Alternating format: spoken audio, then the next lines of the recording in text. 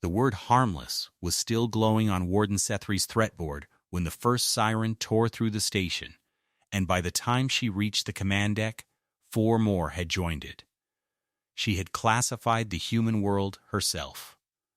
6 cycles of orbital observation, patient cataloging of their fragile ships, and their loud, disorganized broadcasts. And she had stamped the file with the lowest designation her office issued. Nuisance, not a threat. She had told the assembly as much, standing before them, with her crest flat and her voice steady, and one of the junior delegates had laughed and said the phrase that followed her now down every corridor of the picket station. Humans do not scare me. They were not laughing on the command deck. Deputy Kalo stood over the sensor pit with his hands pressed flat against the rim, as if he could hold the readings down by force. Report, Sethri said. Siren cascade, proximity, mass signature, drive bloom, communication flood, and defensive lockout. All 5. His voice cracked on the last word. Warden, the lockout siren has never triggered in my service. I did not know we had one. How many contacts? Kalo did not answer. He moved aside so she could see the pit herself, and Sethri understood the silence. The display was not showing individual ships. It was showing a wall, a curtain of drive blooms unfolding across the outer boundary of the system, so densely packed that the station's classifier had stopped counting hulls and started measuring the fleet the way one measures a storm front. By breadth. By the light it blotted out. That is not their navy, she said. They do not have a navy.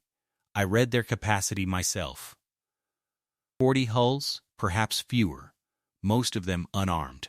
Then, someone lied to you, Kalo said, or they built the rest very quietly. Sethri's crest tried to rise, and she forced it flat.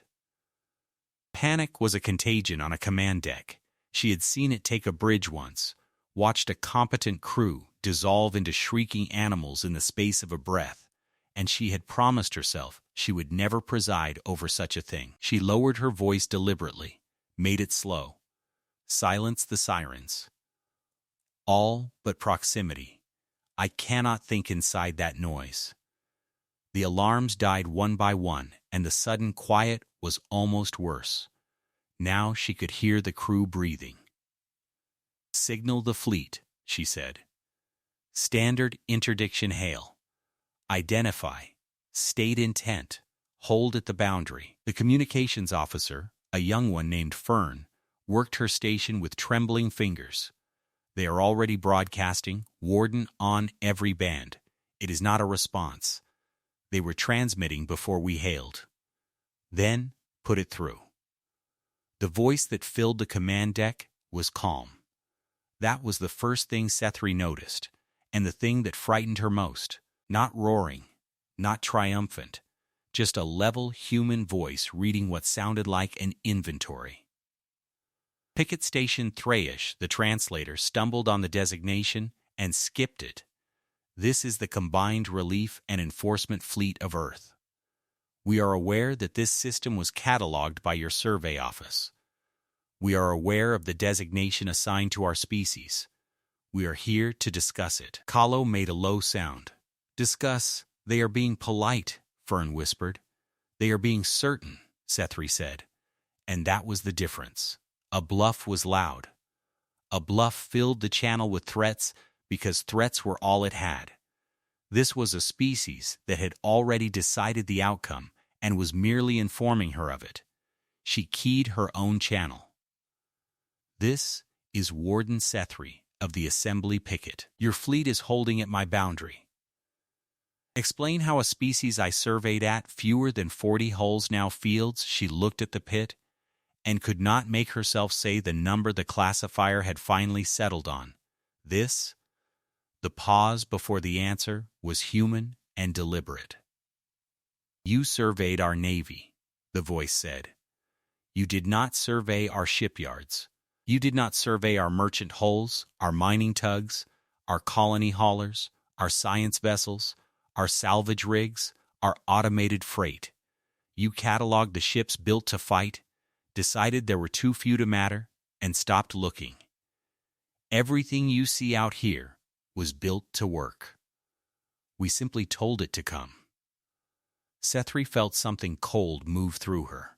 She had done exactly that. She remembered dismissing the merchant traffic in her report as economic clutter, beneath a threat assessment's notice. She had counted the guns and ignored the hands.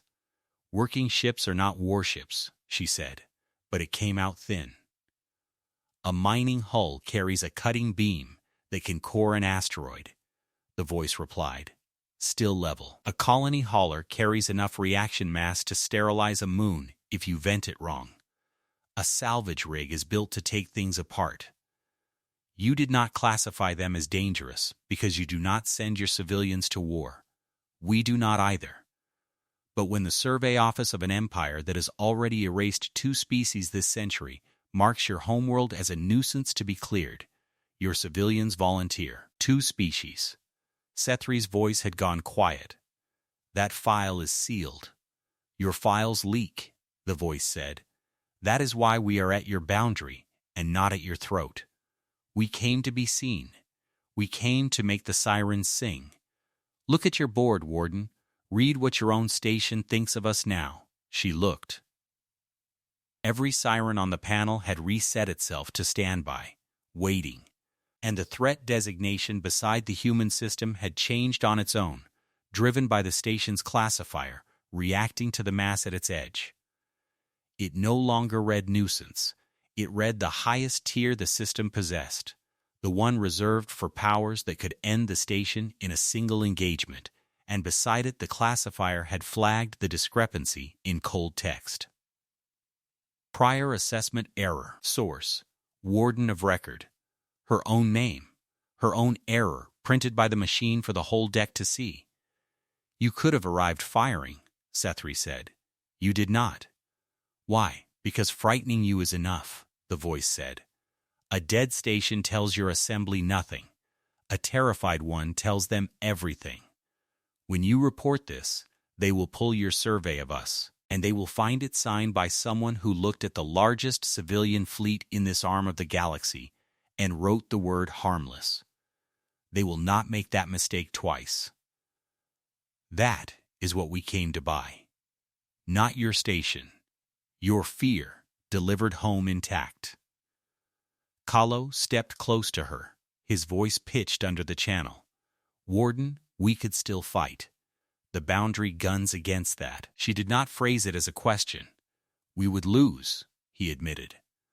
But we would not lose quietly. It would have been easy. That was the human choice she recognized then, watching it from the wrong side. The easy thing was to open fire, to die loud, to make the record show that the picket had not simply surrendered its board to a wall of freighters. Her crest wanted it. Every instinct built into her by an empire that punished retreat wanted it. And she understood, with a clarity that felt like cold water, that dying loud was exactly what would let the assembly bury this. A destroyed station was a tragedy, a martyrdom, a reason to send more guns. A station that had looked at the fleet and lived and reported the truth was something far more dangerous to the powerful. It was a witness. Stand the guns down, Sethri said. Kahlo stared at her. Warden, stand them down. Log the reason. Log all of it, my name included. She keyed the channel one final time and made herself say it without the crest, without the empire, in the flattened, honest voice of a person who has been shown the size of her own mistake. Fleet of Earth. My station yields the boundary. My report will carry the correct designation. I will sign it myself. There was a silence on the channel, and when the human voice returned, some of the certainty had softened into something almost like respect. Then we are done here, Warden. We will hold at your boundary until your relief arrives, so that your assembly cannot claim you fled. They will see the fleet with their own instruments. They will read your name on the corrected file. and they will understand that the survey office of the Empire looked directly at us and was wrong. The wall of blooms at the edge of the system did not advance. It simply held, patient, enormous, letting itself be measured. Sethri stood in the quiet of her command deck and watched the relief squadron arrive 9 hours later, watched their sirens light up exactly as hers had, watched a distant Warden's classifier flag the same discrepancy under a different name. She heard, through the open channel, a decorated fleet commander demand to know how a civilian armada had reached the interior undetected, and she heard the answer she had already learned, delivered in the same level tone. You counted our guns. You never counted us. Kahlo came to stand beside her as the corrected file transmitted toward the assembly core, her signature writing at the bottom of it like a stone. They will strip your rank for this, he said quietly. Yes, Sethri said. You could have let us fight. No one would have blamed you. She watched the freighters holding at the boundary, thousands of working hulls that had crossed the dark, not to conquer her, but to be seen by her. And she found she did not regret the choice. Somewhere below the command deck, a single siren was still cycling on standby, unwilling to fully reset, as if the station itself had learned something its warden had taken 6 cycles to understand. That, she said, is exactly why I could not.